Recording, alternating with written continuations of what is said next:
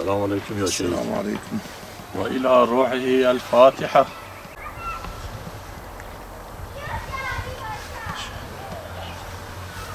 Şehit Cihan'la arkadaşlığımız vardı bizim. Onu çocukluğundan beri tanırdım. Şehit Cihan 90'lı yılların o en meşakkatli, en sıkıntılı döneminde kendisini Allah'a adamış, davasına adamış, İslam'a adamış, nadir görülen gençlerden biriydi. Şehit Cihan 90'lı yılların 92 senesinde PKK'lılar tarafından kaçırıldı. Şu mezarlığın arka bölgesinde 2 gün, 3 gün sonra cesedi görüldü. Şehit Cihan çocukluğunda diyebiliriz. Gençlik zaten 19 yaşında kendisi şehadetle şereflendi. Bir cahiliye dönemi yaşamadı. Tertemiz bir insandı. Bir yaşlının yanına gittiği zaman o yaşlı gibi yaşardı, o yaşlı gibi olurdu. Bir çocuğun yanında çocuk gibi olurdu, bir gencin yanında bir genç gibi olurdu. Biz Şehit Cihan ile mesela bir ortama gittiğimizde, bir camiye gittiğimizde hemen Kur'an-ı Kerim'i açar, Allah'ın ayetlerinden bize okurdu, bize İslam'ı anlatırdı, ahiret hayatından bahsederdi, dünyanın geçiciliğinden bahsederdi. Aynı zamanda yani çok genç yaşta şehit oldu ama bu zaman içerisine çok şey doldurdu, çok şeyle doldurdu bu zaman içerisinde. Yani nerede bir İslami sohbet olsa, bir İslami faaliyet olsa, bir İslami çalışma olsa biz Şehit Cihan'ı orada görürdük. Bu sadece Dicle için değil. Bir bakıyorsun Elazığ'da, bir bakıyorsun işte Palu'da, bir bakıyorsun bir ayağı Diyarbakır'da. Yani birden fazla kişi gibi çalışırdı. Bu da zalimlerin hoşuna gitmedi. Şehit Cihan yani o genç yaşında çok fedakardı. Fedakar bir kardeşimizdi. Yani bir arkadaşına bakıyorsun üzerinde bir mont yoksa kendi sırtındaki montunu çıkarıp veriyordu. Bir arkadaşına şehadetinden sonra biz bakıyoruz ki kol saati çıktı elinde. Diyordu bu Şehit Cihan'ın bana hediyesidir. Bir arkadaşımıza bakıyoruz ki Şehit Cihan'ın teybi kaset çaları kendisinde. Bir arkadaşa bakıyorsun işte bana bu kitaptan vermiş, şu kitaptan vermiş. İslam için o kadar genç yaşta bakıyorsun kendine İslam'ı dert edinmiş, davasını dert edinmiş. Kendisi çok fedakar bir şekilde davasına hizmet eden bir kardeşimizdi. Yani kardeşleriyle, ailesiyle, arkadaşlarıyla bakıyorsun çok merhametli, mütevazi, alçak gönüllü. Yani bütün güzel hasletler sanki kendisinde toplanmıştı. Boyu da biraz böyle kısa boyluydu ama gerçekten çok sevecen bir yüzü vardı. İnsanlar ona baktığı zaman yani onun yanında biz ne kadar kalsak, ne kadar otursak yani bizde bir sıkılma diye bir şey olmazdı. Aciz olmazdın. Yani diyordum bütün zamanımı kendisiyle geçireyim. Yani bir başından geçen bir olayı öyle bir güzel anlatırdı ki sürekli dinlemek isterdin. Yani bir trafik kazası geçiriyordu. Mesela bakıyorsun o trafik kazasında anlatıyordu. Diyordu ben trafik kazası geçirdim.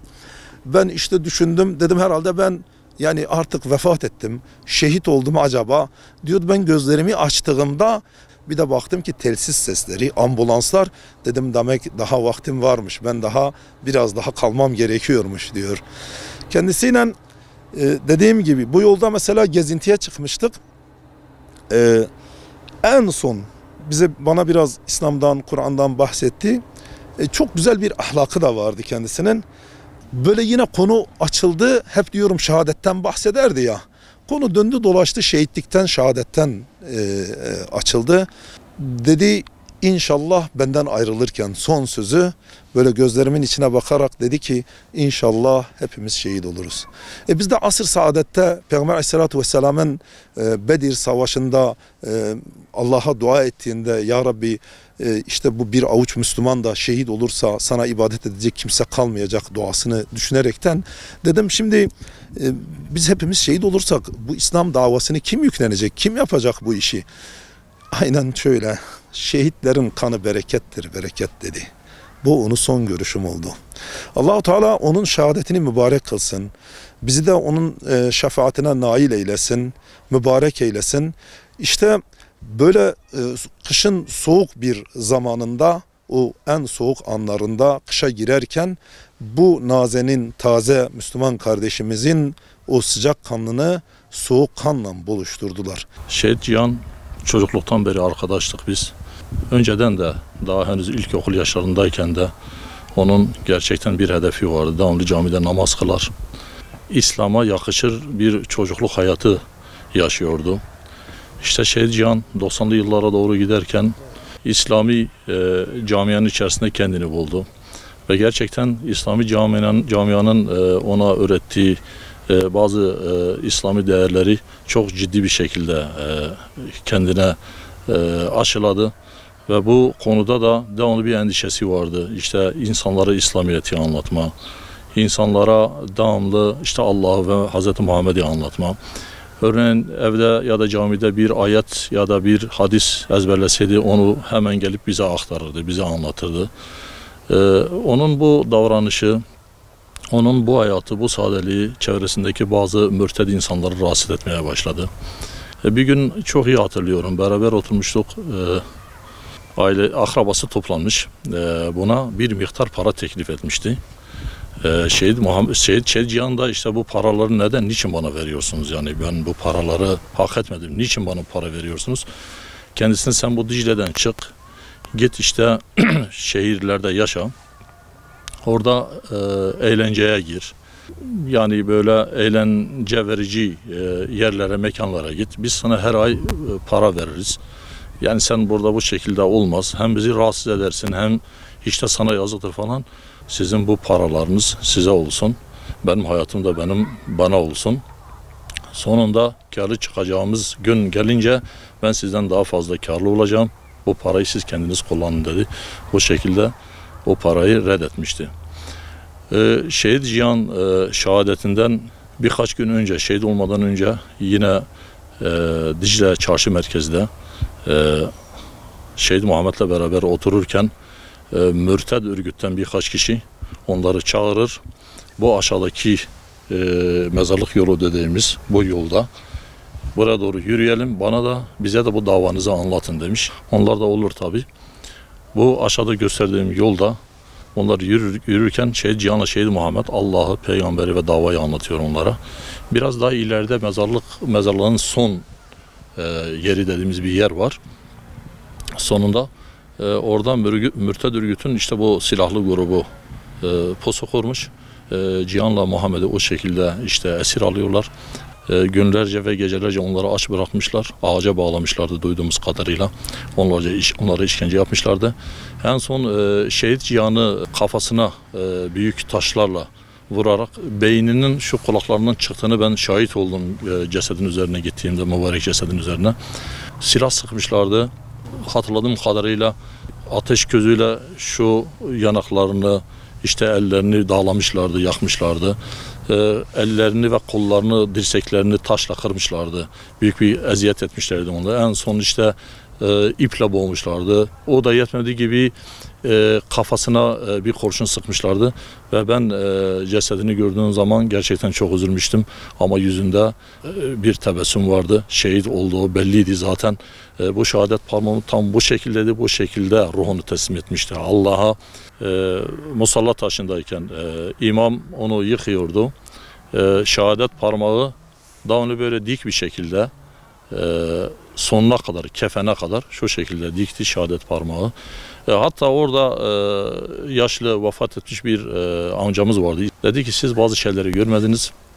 Şehit Cihan yıkandığı zaman gökten rahmet yağıyordu, rahmet damlaları. Dedi ben onu gördüm yani. İnşallah Allah da bizim yolumuzu onların yolu üzerine kılar ve biz de onlar gibi şehadete nail oluruz. Allah'ın rahmet ve bereketi onlara, Müslümanlara ve hepimizin üzerine olsun.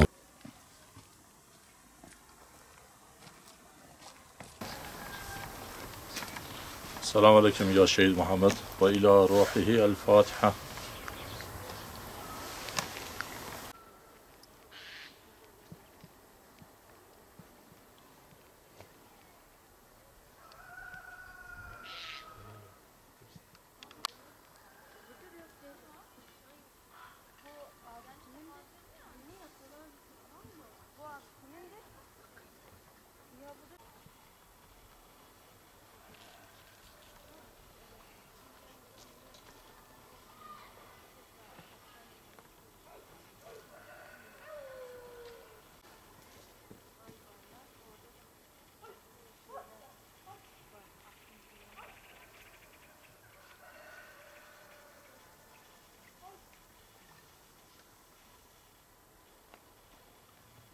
Şehit Muhammed benim çocukluk arkadaşımdır. Hem de mahalle arkadaşımdır. Birçok zamanımız beraber geçmiştir. Biri bana dese ki sahabeleri tanımış mısın? Derim ki gerçekten sahabe hayatını yaşayan birisini tanımışım. O da Şehit Muhammed'dir. Nasıl bir insan? Şehit Muhammed yolda yürüdüğü zaman asla başını kaldırıp harama bakmazdı. Çok mütevazi bir insan. Asla haram yemez, yalan söylemez. Şehit oluncaya kadar gerçekten bunu samimiyetle söylüyorum, ağzından kötü bir laf işitilmemişti. Mütevazi giyinir, çok eski elbiseleri giyerdi ama temiz giyinirdi.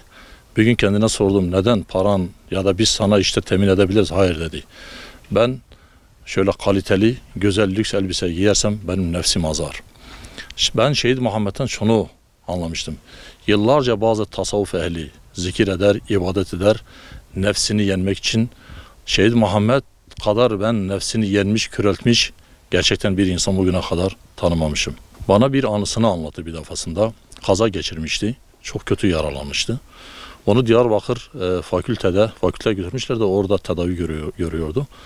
Tedavi gördüğü yerde de biliyorsunuz Diyarbakır eskiden böyle fakülte, yani çok böyle temizlik elemanları yoktu. Kaldığı koğuşun işte lavaboları, banyoları berbattı. Şehit Muhammed biraz kendine gelmiş, bastonla yürümeye çalışmış. Bütün o lavabonun içindeki o insanın midesini almayacak şeyleri temizlemiş, lavaboları temizlemiş, banyoyu, abdest yerlerini ve gerçekten oradaki bütün hastalardan takdir toplamıştı. Kısa sürede hastanenin bütün personelinin sevgisini kazanmıştı. Hastane elemanları, doktorları onu çok methederlerdi. Şehit Muhammed asla insanlara karşı kötü bir laf, bir söz söylemezdi. Küçüklüğünden beri ibadetine çok düşkündü. İslam'ı bilgisi vardı, donanımlıydı. Kur'an okur, ayet okur, onun bildiklerini biz o zaman bilmiyorduk. Devamlı kendini ilime adamış olduğu gibi mahalledeki herkese de yardım ediyordu. Örneğin birinin bir taşıma işi olsa, tamirat işi olsa Şehit Muhammed onu gönüllü yapar. Hiç kimseden de bir ücret almazdı aslan. Ve parası olmadığı halde de kimsenin malına tenezzül etmezdi. Çevredeki mürted örgüt onun bu mütevazi yaşantısından rahatsız olmaya başladı. Çünkü Şehit Muhammed gözde bir insan, herkes onu seviyor, onun dediklerini pür dikkatle dinliyordu. Bazı gençler onun çevresinde oturur, onun bu sohbetlerinden etkileniyor ve bunu gidip ailelerine de anlatıyorlardı. Bu mürtedlerin dikkatini çeker ve Şehit Muhammed için bir karar verdiler. Mutlaka bunu ortadan kaldıracağız dediler.